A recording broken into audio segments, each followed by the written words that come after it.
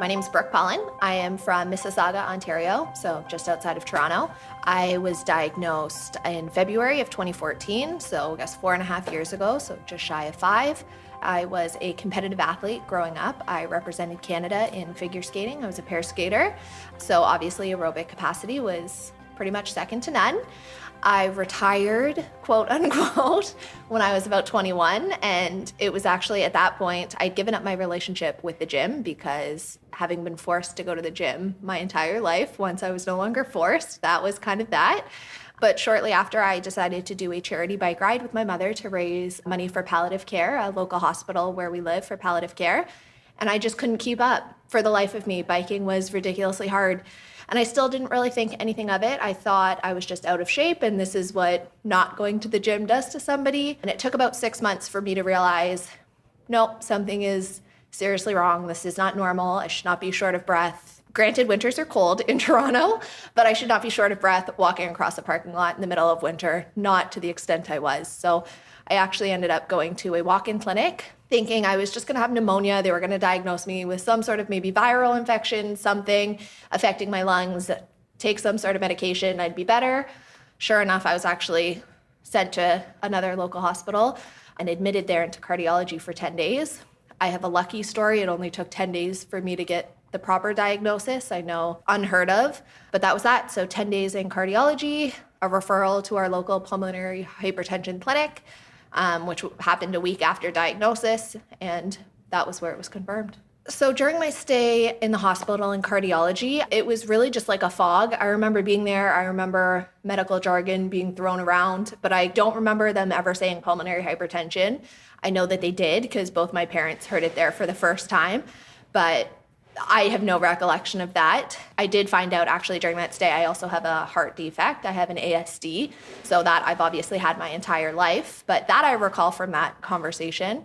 And then again, I remember a week later going to the clinic at Toronto General Hospital, and that's when I remember hearing pulmonary hypertension for the first time and really understanding, maybe not even understanding, because I don't think you can understand much in that moment, but hearing it and absorbing it. And I felt like I was hit with a Mack truck. Like I didn't understand how 2 years prior I was super healthy and super active and could run for an hour straight and be fine. And then 2 years later, couldn't walk across a parking lot. The best way I can say it is I felt like I was hit by a Mack truck at the time. Fortunately, I've always been the kind of person where I want to be busy 24/7. I don't do well with downtime. And I think that's actually been my saving grace. Post-diagnosis, I jumped right back into work.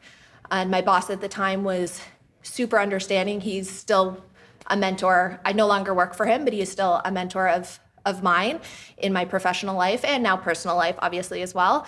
But he was super understanding, made allowances for me in the sense that not only is it physically challenging, it's emotionally challenging. And especially in those few months following diagnosis, there were days where it was emotional, and sometimes you can't hide that. So I did my best, but he made allowances for me to take the time when I needed the time.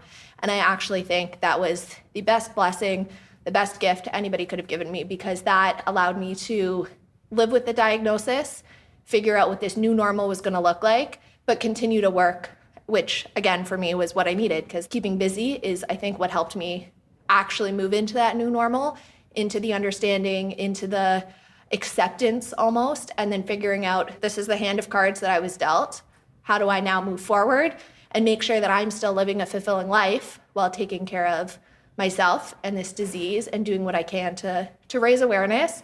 And again, I've been super fortunate. I've been pretty stable for the last 4.5 years. I'm on a dual therapy, but I know people aren't that lucky. And so what can I do as well that helps others get the same access and same advantages that I've been given since diagnosis? My parents, bless their hearts, have jumped in right alongside of me. So my mother is actually a huge advocate in kind of the political side. She goes to Queen's Park, which is really the political headquarters in Toronto. She regularly attends open sessions.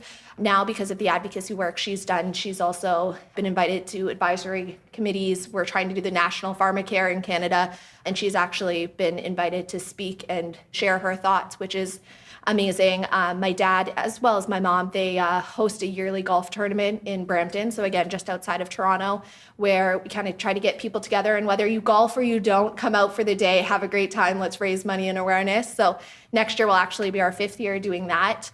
And then just little things as well. We all drive with our bumper sticker on the back of our car. We all drive. I'm not wearing mine today, so that's a bad example, but we all kind of wear our pulmonary hypertension bracelets, our purple bracelets on a daily basis. Like I said earlier, I no longer work for the boss that was super understanding post-diagnosis. I work for someone else now. I work for a different company now, and they don't know about my pulmonary hypertension yet. That has been my decision. That has been my choice. But previous to that, all of my employers have known. It's doing what we can to try to get our voice out there. And thankfully, my parents are much more vocal about it than I am. But I think we make a good team.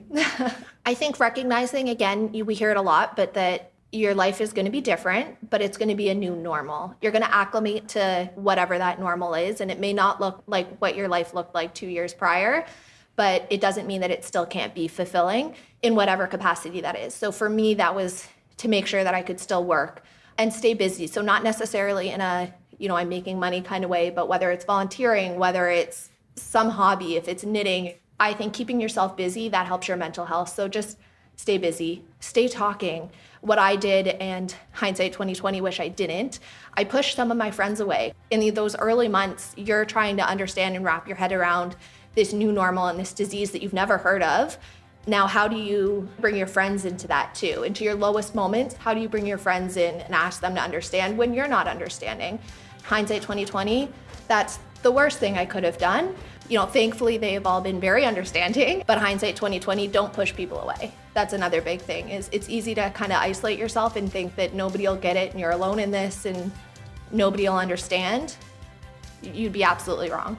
Let people in, and not necessarily into the depth of what you're thinking, especially in those moments, but keep them in your circle, because that's, at the end of the day, that support system is what's going to move you forward as well. My name is Brooke Paulin, and I am aware that I'm rare.